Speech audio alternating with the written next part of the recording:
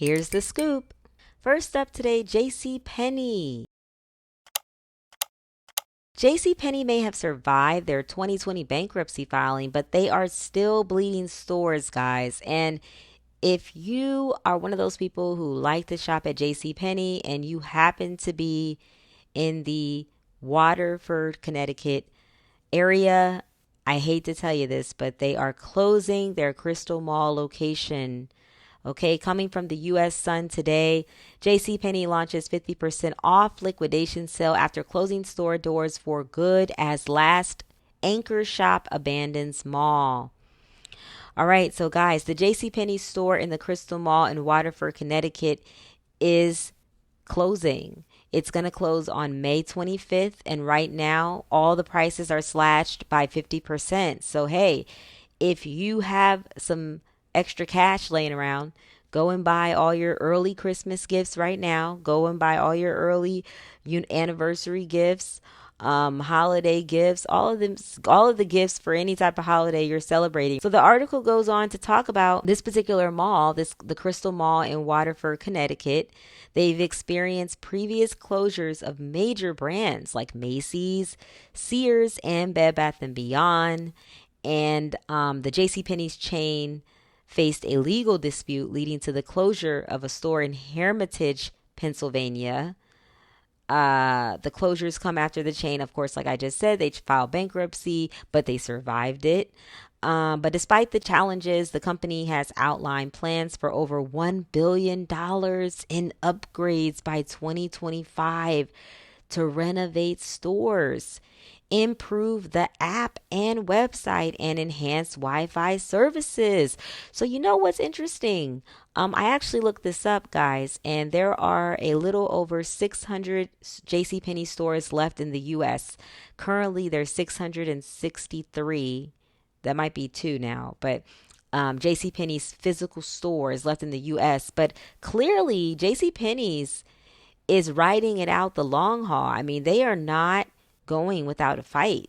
And the fact that they're investing $1 billion in upgrades by 2025 to renovate the stores, improve the app and the website, and enhance Wi-Fi services, that tells me that they're still making money to some degree. So yeah, I mean, JCPenney's is in it to win it. I mean, they're going to ride this out. All right, let's move on to Target. Another one of our favorite stores, right? All right, so Target is bringing the dollar store concept to their stores. Signs of the time, guys. Signs of the times. You know, when I was younger, I used to call Target Target. Like, that was my fake French bougie name for Target because, Target is expensive, and it always has been. And they put the Starbucks stores in the Targets to solidify the class of people they wanted in Target, right? So Target is Target, and everybody knows that. But it's hard out here, and Target is realizing that people are not buying the overpriced Target products like they usually would. They're probably going to Walmart or Amazon or Temu. So they are actually bringing this dollar store concept to their stores now because they just want people in there buying things. All right, so from Reuters, Target to offer some items starting at less than $1 under new private label brand. So Target said on Thursday it will offer some everyday essentials at prices starting less than $1 as part of the retailer's new private label brand. So the move comes at a time when value-conscious customers are increasingly opting for cheaper private label brands as cost of living pressures strain household budgets. That's what I just said. Basically, people are broke, guys.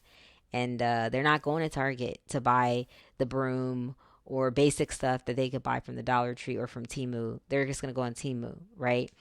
So prices of products such as apparel, cosmetics, and electronic items that are housed under the private label brand known as Dealworthy. So the name of the private label brand is going to be called Dealworthy from Target will start from less than $1, with most under $10. Target said, adding that the goods will arrive in stores and on Target.com this month. Target's executive vice president, Rick Gomez, said, "We know that value is top of mind for consumers, and deal worthy will not only appeal to our current guests, but position us to attract even more new shoppers to Target." The Labor Department report on Wednesday showed U.S. consumer prices rose more than expected in January amid a surge in the cost of rental housing.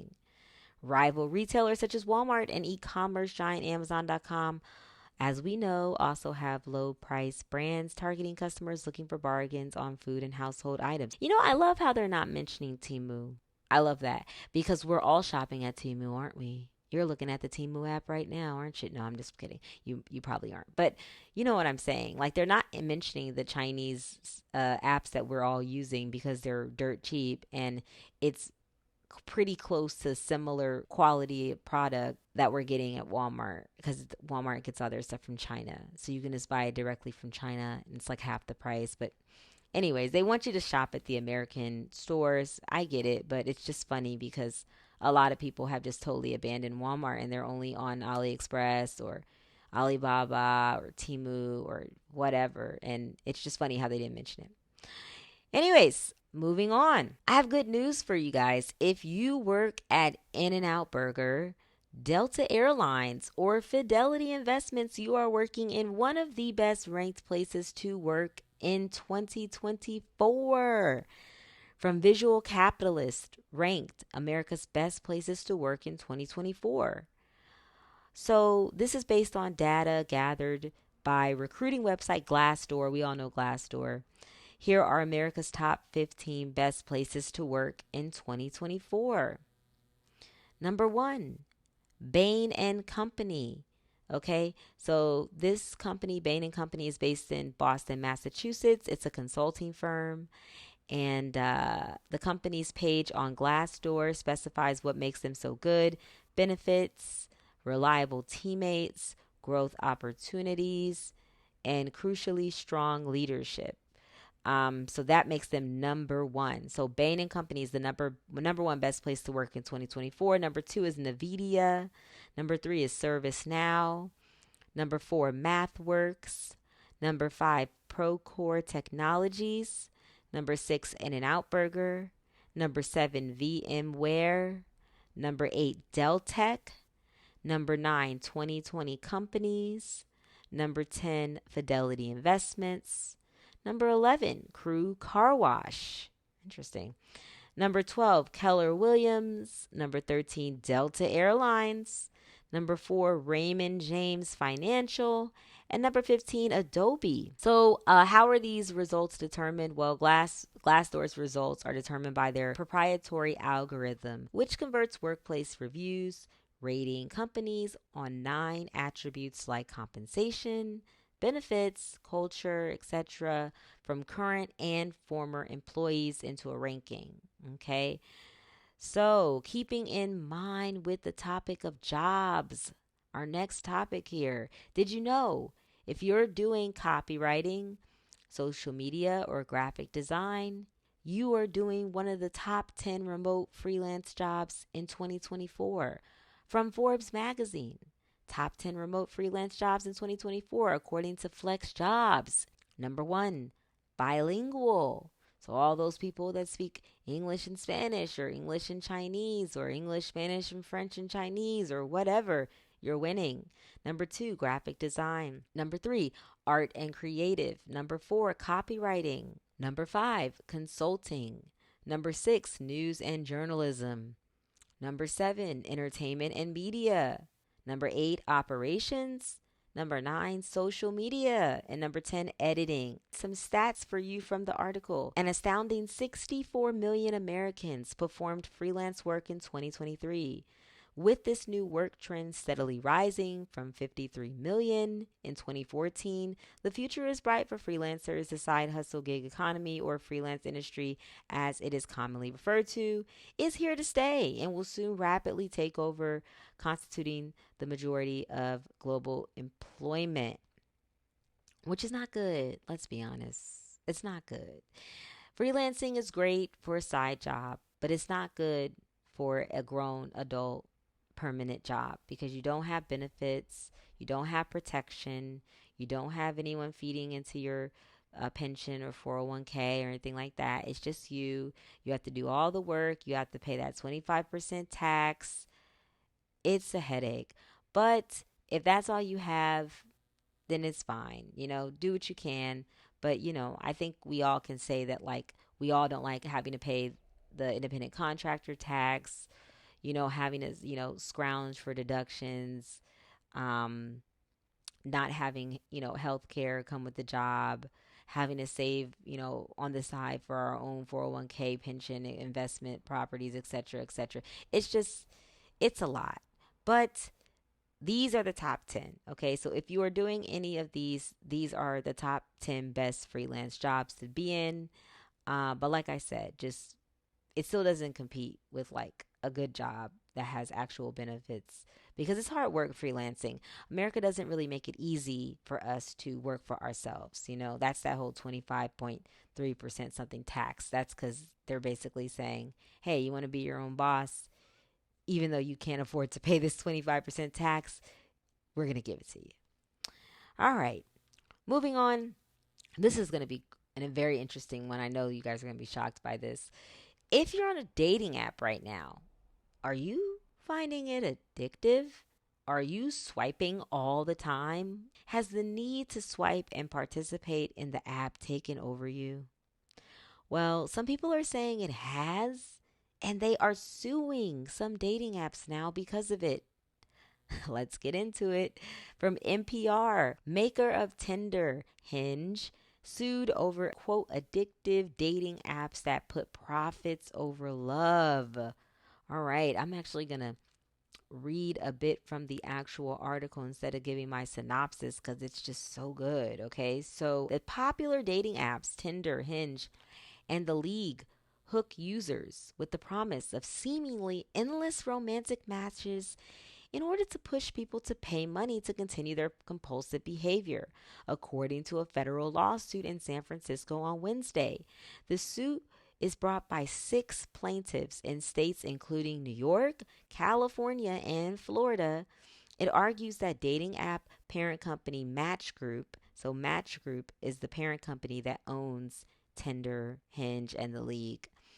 So the dating app is saying that they gamify the services to transform users into gamblers locked in a search for psychological rewards that Match makes elusive on purpose. Oh my gosh. So, guys, they're accusing these dating apps of turning the platform into a gambling type platform. So, you're gambling for these rewards that they're not really telling you what the rewards are. They're making them very like hidden, ominous, elusive, right? So, 6 people have brought on this suit in states including New York, California, and Florida.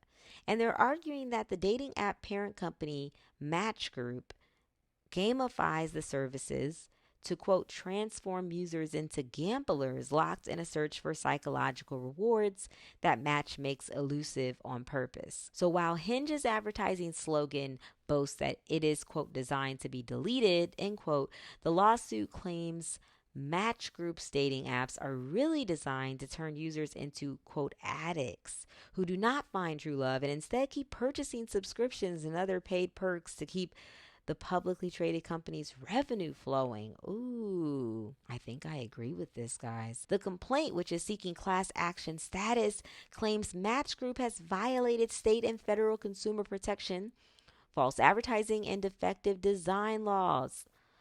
Harnessing powerful technologies and hidden algorithms, Match intentionally designs the platform with addictive game-like design features which lock users into a perpetually pay-to-play loop that prioritizes corporate profits over its marketing promises and customers' relationship goals. Wow, lawyers for the plaintiff wrote in the suit. Many popular dating apps like Tinder and Hinge are free to download and use, but paid subscriptions to premium features are required to have unlimited swipes or access to the most coveted singles on the app. For instance, users can spend $3.99 on Hinge to send a rose to a standout profile. A Match Group spokesperson denied the allegations in the Valentine's Day lawsuit, saying it is ridiculous and has zero merit. The spokesperson continued, "Our business model is not based on advertising or engagement metrics. We actively strive to get people on dates every day and off our apps. Anyone who states anything else doesn't understand the purpose and mission of our entire industry." Okay. Studies indicate anywhere from 10% to nearly half of couples in the US met through online dating. Wow, really? So 10% to nearly half of couples in the US have met through online dating? Thanks to push notifications and other features attempting to keep users engaged, it can be difficult to put the apps down, which is intentional by design, according to the lawsuit, which claims the Match Group's dating apps are intended to erode users' ability to disengage. Wow. Sounds like Instagram, honestly. Such tactics are not specific to the world of online dating. Most social media platforms employ notifications and features like an infinite scroll, keeping people thumbing at their screens in a thoughtless and almost irresistible way. Sounds like Instagram, doesn't it? So, the question the lawsuit poses is, does Match Group have to disclose the potentially addictive quality of such commonplace design features? And have the company's lack of warnings constituted a violation of consumer protection laws? The legal action against Match Group joins a new crop of lawsuits challenging tech companies, including Google, Instagram owner Meta, and TikTok, in an attempt to hold platforms accountable for exacerbating the youth mental health crisis. Wow. So let me know what you guys think about this. Like, if you are on a dating app, comment below. Like, do you feel like it's addictive? Do you feel like you are addicted to your Tinder, your Hinge, your the League app if you're using the League? I mean, do you feel like they're screwing you out of money and they've got you addicted and they got you spending all this money? I feel like I agree with this lawsuit.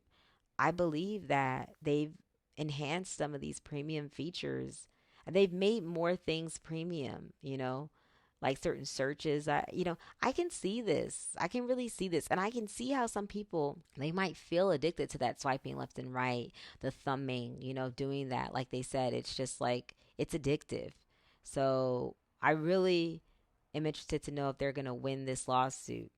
Let me know in the comments if you want them to win the lawsuit or not. Let me know in the comments if you're mad that you did not think of this lawsuit first, okay? Because I feel like, honestly, a lot of people in the U.S. are just they're just like what do they call lawyers? Ambulance chasers? No, I feel like a lot of people in the U.S. at this point tend to be like lawsuit chasers, but I also think that a lot of lawsuits are really, some of them are really like, wow, I'm like, man, that's a good one. You know what I'm saying? It's like one that they deserve to pay. And then you're kind of like, man, I wish I would have thought of that. I mean, you guys know what I mean, right? Like some of these ones that you're like, man, that's good. It's simple but good because they should do that. They should have said that. They said that. They didn't do that. And like this is America. And you know, I told somebody once, I said, listen, the reason why we have a certain type of standards in place is because of lawsuits. Like, you guys do realize that, right? Like, if people didn't sue for certain things, things wouldn't be a certain way, or things wouldn't be like tight like they are in this country for the most part, right? Things tend to be falling apart at this moment, but you know what I mean? Like, compared to other countries, things are really like enforced and tight, and things are a certain way because of lawsuits. So lawsuits get companies right. They get these people right. They keep these companies on their toes. And so some are frivolous, right? But then some are like, have merit to them, And then when you think about the things that they tell us, the things that they promise us, and then if they don't deliver, it's like, yeah, they deserve to get sued. And like with this, with this whole Tinder Hinge situation with the dating apps being addictive, again, I mean, do they really care if you find love, or do they want you to join premium, right? Because if you find love, then you're going to be off the app and they're not going to get paid anymore. right? So do they really want you to find love?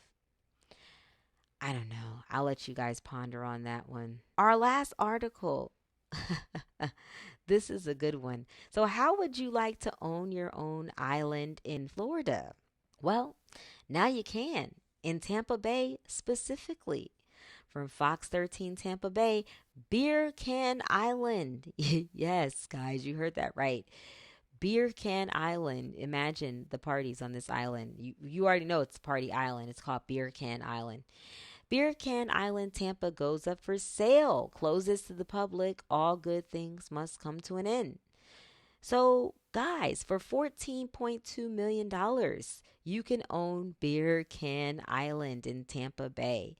A once popular party island in Tampa Bay, Beer Can Island is up for sale.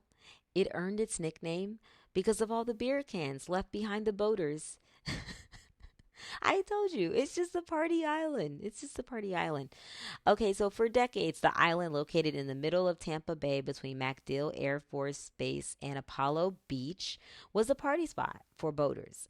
In 2017, Carl Weaver, Johnny Glad, and a few of their friends bought the island, formerly called Pine Key, for the bargain price of $64,000. I'm just going to let that sit for a minute. So these guys in 2017 bought this island for $64,000. Okay? 8 years later, they're selling it now for $14.2 million. Wow. Wow. So back in 2017, they added tiki bars, portable bathrooms, and even a giant slide to entice thousands of visitors. And if you can imagine people living up north this time of the year and hearing about Beer Can Island in Florida, a private island, that sounds really attractive, Gad told Fox 13 in 2023. In 2023, the Hillsborough County leaders, though, also raised concerns about the activities on the island, claiming it was tough to get first responders on and off the island if someone got hurt and needed help. County Commissioner Michael Owen at the time wanted the island to be designated as a private preserve, which would close the bar. Currently, the island is not zoned, and according to the press release, the island spans 9 acres of uplands covered in pine trees and more than 60 acres of submerged lands surrounding the island. This opportunity is exceedingly rare as Pine Key is one of the only private owned islands in Tampa Bay, Weaver said. We're grateful for the outpouring of support we have received from the community and our members over the years, but all good things must come to an end at some point. And for us, that time is now. Island will be auctioned off as an NFT for cryptocurrency, but cash offers will be accepted as well. Offers may be submitted immediately. The auction will start in early March 2024 and will end on April 1st, 2024. The highest bidder will be the new island owner. So you got to come in at $14.2 million. And if you come in higher, you're guaranteed to get the island. So if you have $14.2 million, would you buy this island? It's not zoned. I mean, what would you do with this? It's interesting. And I wonder if Hillsborough County will let you have the party scene on their on the island anymore. Like I wonder if they're gonna scrap that somehow. It's really interesting. But let me know your thoughts in the comments, guys. Would you buy this island? How do you feel about this? How do you feel about, like, can you believe they spent 64 what was it, $64,000 in 2017, and now they're selling this island for $14.2 million? What recession?